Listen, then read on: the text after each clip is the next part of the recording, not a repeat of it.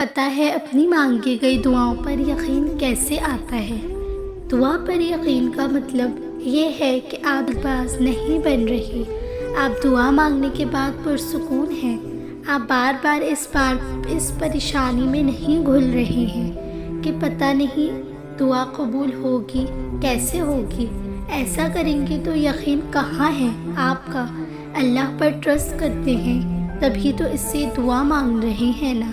اگر آپ بار بار یہ سوچتے ہیں کہ پتہ نہیں دعا قبول ہوگی بھی یا نہیں، یہ کام تو بالکل ناممکن ہے، یہ تو ہو ہی نہیں سکتا، میری دعا کیسے قبول ہوگی؟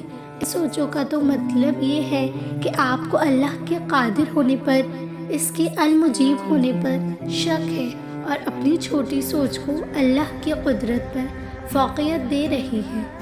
اس پر سے ٹرسٹ ہٹا لیا، اس کو ناراض کر دیا تو پھر دعا کیسے قبول ہوگی؟ اللہ تو اعلیٰ ہے، اتنا اعلیٰ کہ وہ ہر وقت آپ کے ساتھ ہوتا ہے، تو پھر اس اعلیٰ ہستی سے امیدیں وابستہ کیوں نہیں کر لیتی؟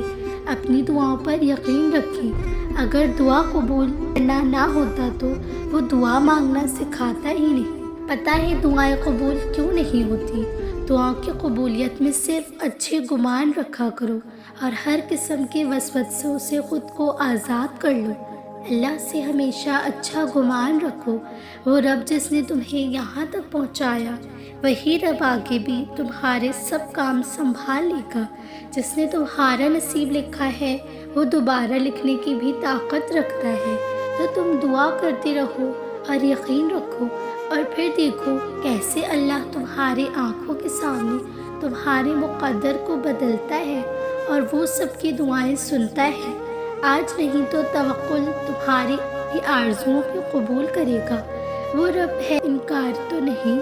جب امیدیں اللہ سے لگائی جائیں تو مایوسی کی گنجائش نہیں رہتی، جب دعائیں عرش والے سے مانگی جائیں تو قبولیت کا شک نہیں رہتا۔ بالکل ممکن ہے کہ قبولیت کا وقت کچھ ہی دوری کے فاصلے پر ہو اور تمہارا یقین اور صبر اس فاصلے کو سمیٹ لے، تو پھر چھوڑ دو ناممکن کے قصہ اور صرف لفظ ممکن کو ذہن نشین کر لو، کیونکہ اللہ کے لیے سب ممکن ہے۔ اگر وہ ممکن کرنا چاہے تو کوئی ناممکن نہیں کر سکتا۔ جب تک اللہ کا فیصلہ نہیں آتا تب تک تم مانگی گئی دعا سے پیچھے نہ ہٹو۔ کیا پتہ تمہارا رونا اور گڑ گڑانا اللہ کو راضی کر رہا ہو اور وہ بھی وہی چاہتا ہو جو تم چاہتے ہو۔ تو خواہشات کے پیچھے بھاگنے میں کس طرح لگے ہوئے ہیں نا، ایک ختم نہیں ہوتی تو دوسری خواہش جنم لے لیتی ہے۔ ہم انسان بھی کتنے عجیب ہیں، بعض دفعہ جو نہیں مل پاتا تو اس پر رونا شروع ہو جاتے ہیں، ناشکری شروع کر دیتے ہیں، جبکہ یہ نہیں دیکھتے کہ اللہ پاک نے ہمیں اور کتنی زیادہ نعمتوں سے نوازا ہے۔ ابھی یہاں انسان کو ایک چیز ملی نہیں اور دیر ہو گئی ملنے پر تو اسے مایوسی ایسے منہ پر سجا لیتا ہے کہ جس کی حد نہیں۔ ارے اللہ کے بندے، آپ کے پاس اللہ کی دی گئی لازوال نعمتیں ہیں، ان کو گننا تو شروع کریں۔ کیا آپ کا گھر نہیں جس میں آپ سکون سے رہ رہے ہیں؟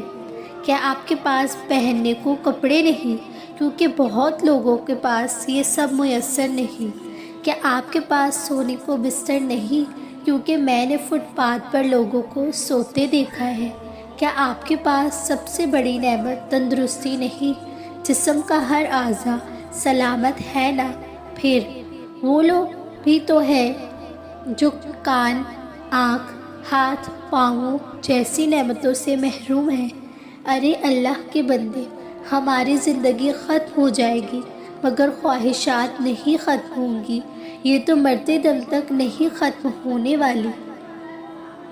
ہاں، خواہش رکھنا برا نہیں ہے مگر حسرت پا لینا برا ہے۔ خواہش کی چاہ میں غلط صحیح کا فرق نہ کرنا برا ہے۔